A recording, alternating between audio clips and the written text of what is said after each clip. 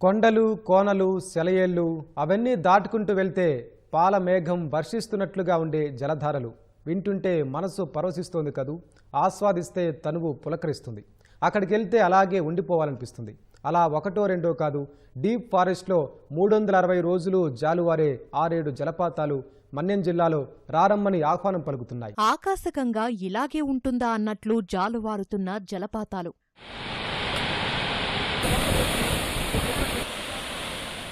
పాల సముద్రాన్ని చిలికి ఆకాశాన్నుంచి వలకబోస్తున్నట్లు శ్వేతనురగలు.